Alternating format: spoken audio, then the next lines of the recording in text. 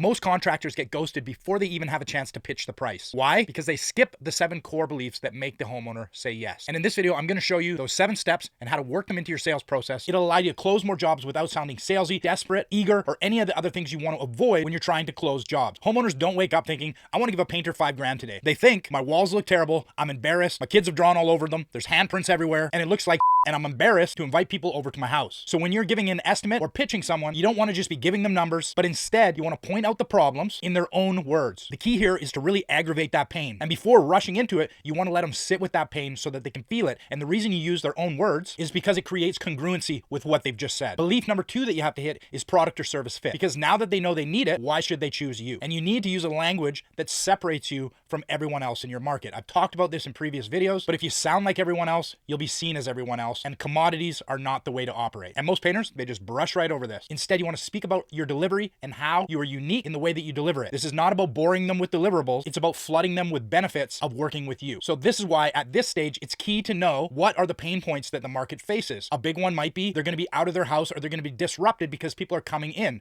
So you need to speak to the fact that you're in and out as quick as possible, or you send them away to do something while you're doing the job. Whatever it may be that relates to minimizing that pain and making you seem like the only choice. Step number 3 is the opportunity cost. Everything has a cost associated with it, whether it's money, time, or both, and you need to speak to this. A lot of customers might be thinking, now's not the time, I don't have the budget, there's things going on in my life. What you need to do is you need to position it in such a way that they realize that if they wait, this could have longer term costs associated with it, whether that's time or money. As an example, if they've got, let's say, mold growing and they choose to wait, that could get way worse to the point where now they need far more than just, let's say, a repaint, and or it could have health repercussions. It could have all sorts of things associated with that problem that, again, this kind of ties back into agitating the pain and really painting the picture about the opportunity cost or the opportunity loss and why working with you now is super important. And again, this ties back into urgency, scarcity, all those sort of tactics that are going to help you close more deals. Belief number 4 is the desire. People buy when you paint the future for them, pun intended. And that's why you need to ask and find out what their desired result is, because the goal here is to show them the desired result, show them where they are now, and try and widen that gap between the 2 points, because this helps to create that uncomfortable feeling that is going to make them take action. Belief number 5 is trust. And this is a big one. A lot of people have been burned before, and they've got some horror story about a contractor that did a poor job or took some money and disappeared, never finished. And this is why trust building and trust building signals are so critical. This is done through the use of testimonials, case studies, and past satisfied customers, keeping a portfolio of past work that you can take to jobs or you can send along with your estimates so they can see before and afters. They can know the process that you took the customer through. This also involves being very transparent in your communication, in your pricing, showing up on time, following through. All these small touches are going to make a huge difference in the conversion rate. Belief number 6 is support. A lot of the times, it's not just one person you're talking to. It might be a spouse that they also need to convince, and that's why you need to find a way to include them in that, or at the very least, in the beginning, you need to make sure that you've addressed this. You need to find out, is anyone else involved in this buying decision?